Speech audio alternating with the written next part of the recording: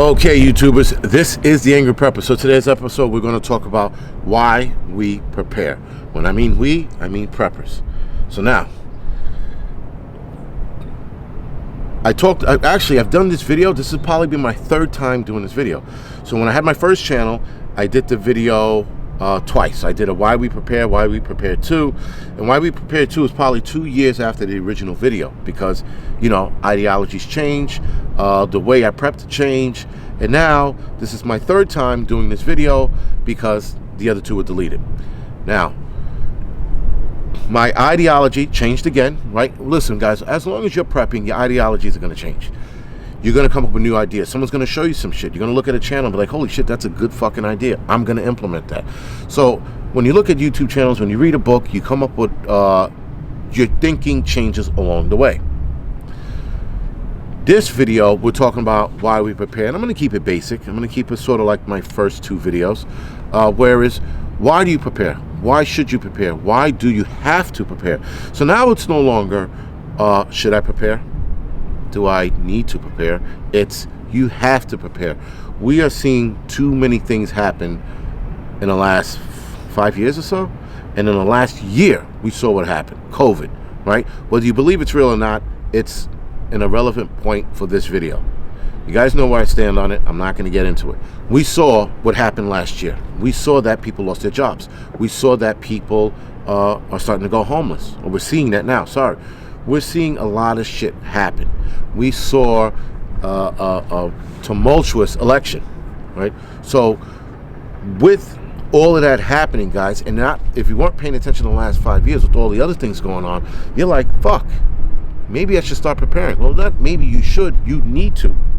So why we prepare is we don't want to rely on other people, specifically the government.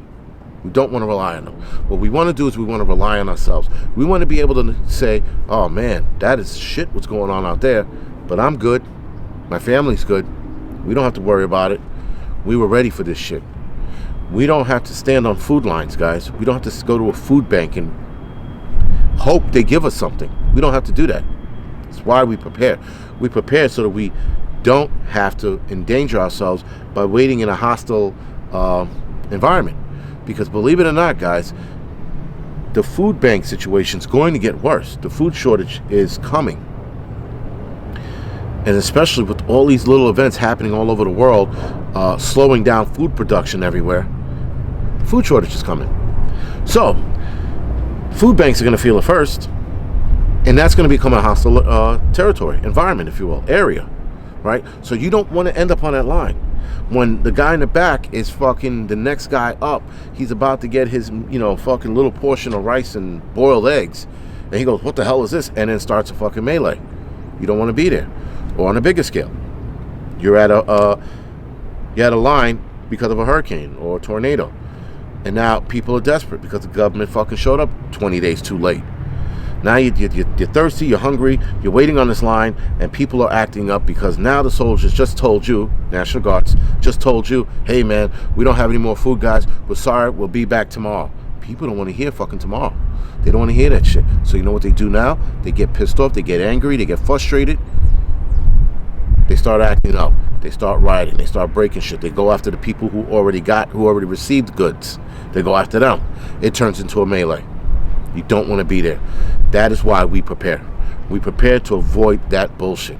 We prepare so that our kids don't have ribs showing, right? We prepare so that our kids don't get sick because they weren't eating, right? We prepare so that we don't rely on other people. We don't have to go to our neighbors and go, could I get a can of corned beef hash? And then your neighbor goes, well, all I can give you is 2. And now you got to split fucking 2 cans between 4 people for X amount of days. That is why we prepare. We prepare because we don't want to be in that situation. Now, I told you guys in my last video or 2 ago, what are you preparing for? Leave it in the comment section below. But now I'm going to ask you, what is your reasons for preparing? Leave that in the comment section below. There is a sense of pride when preparing for an emergency. Then an emergency happens, and then you go, man, thank God I had this squared away. I felt that sense of pride during Hurricane Sandy. I had to go to work. My wife takes over, and we utilized a couple things. Nothing big. We utilized plastic sheeting. She did use plastic sheeting to cover up the windows because the windows were bowing in because of the wind. So now, quick note, when you live in a building like this and you have an alleyway behind you, when the wind shoots through the alleyway, the pressure picks up because it's a pinch point, if you will, for air, right? Like blowing in a straw. The pressure picks up and then it goes through, and the windows on everybody's windows starts bowing in because of the pressure. So she thought the windows were going to break, and she covered it with plastic ahead of time, or rather during the storm, before they broke. They never broke, but nonetheless, she was ready. And that gave me the first time I was like, man, you know what? Thank God I prepped for hurricanes and bought those plastic sheetings for the windows, because she needed it. At least she thought she needed it, but she used it, and that was awesome. And that's when the first time I was like, this shit is worth it. Prepping is worth it, guys. There's no and if or buts about it. It is something that needs to be done by every American citizen. All right, guys. So, I mean, listen, prepping is an insurance policy, guys. That's what it is, right? We all have insurance policies for something, for our phones, for our cars, for our homes. We have insurances for everything. Why not take the ultimate insurance out and start prepping? That money that you put into your home, into your foods, into your gear, that's insurance. That's insurance that if something happens, you're squared away. Right now, does that mean it's a guarantee? No. But it does mean that you have the one leg up on being prepped and being ready. You know that if something happens, your insurance policy is going to go into action. The insurance policy of prepping. That's going to be how you covered yourself. That's going to be how you protect your family. It's an insurance policy, guys. That's all it is. You hope when you buy insurance that you never have to use it.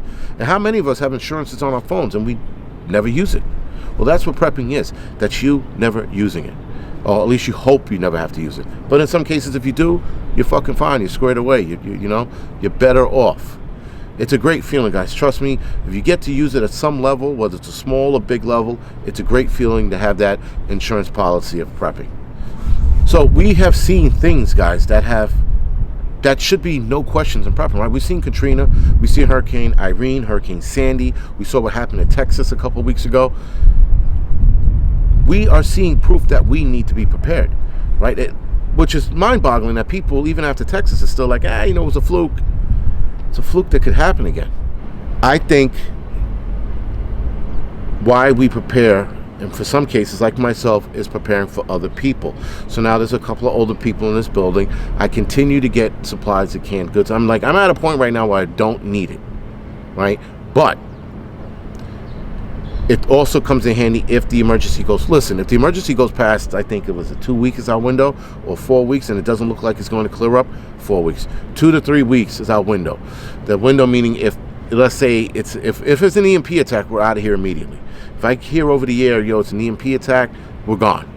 But if it's something that's slowly getting worse, and I'm looking at the signs and I'm reading it, I'm like, we're out of here in 2 weeks, right? But I still do prep for other people in my building, and it's normally older people, right? Older people I like.